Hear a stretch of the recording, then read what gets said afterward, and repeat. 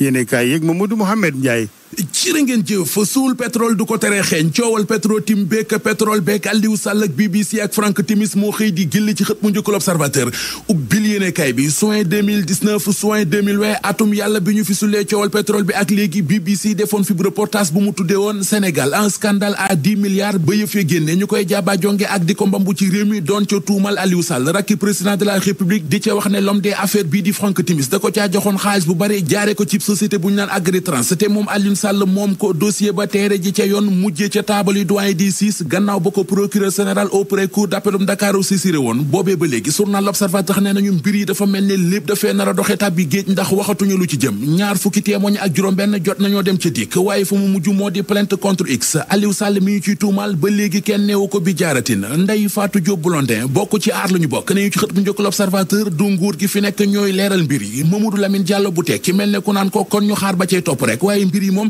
ala kulli yaal dana leer li leer te leer libération nañu moo di jàngoroy coronavirus gi ci réew mi fawul ñoo ngi koy seetaan muy gën di rakkaaju di faat nit ñi di dem rawatina ci semaine bii ñu weesu ndax ci juróom-ñaari fan yi ñu génn ñaar fukki doomi aadama ak ñeent faatu nañu ci réew mi ndax coronavirus bi ci week-end bi ñu génn wàññi nañu ci réew mi yeneen juróomi néew léegi suñum réew di Sénégal mi ngi ci juróom-ñett fukki doomi aadama ak ñeent yu fi faatu ndax covid-19 bi Vox Populi nañu bilan bu dis gann mu am ci réew mi ci corona bi ci week-end bi ñu génn ñaari téeméeri cas ak ñeent fukk ak juróom-ñeent ñaar fukki cas garaaw ak benn ak juróomi néew journal La Tribune xëy dañuy dëggalal xibaar bi ci xëtamu njëkk ne ñu ñaar fukki dese ak ñeent ñaar fukki cas garaaw ak téeméeri cas communautaire la ñu am ci week-end bi ci kaw loole yéenekaay bi de La Tribune bind na ci xëtamu njëkk ne kuy wër cas communautaire ci réew mi demal ci assemblée nationale pencum ndawi réew mi ab cas communautaire la assemblée bi am ci réew mi mu di 13e législature bi fi nekk xamuñu fan la ñu ko jëlee ab législature du ko gën a yaafus ne boobee ba léegi bari na yuy xew ci réew mi te kenn déggul assemblée nationale mu yëy yàbbi ci coowal suuf laa ngi ne kurru ci dëkk bi waxi Senelec ak Akilee lëmbe réew mi coowal aide alimentaire bi di fi mbambu assemblée nationale ki député mel na ñu ko yëgul Louis Faidherbe ba ay sëtam ndax yëg nañu liy yoot seen statut membre ca Ndar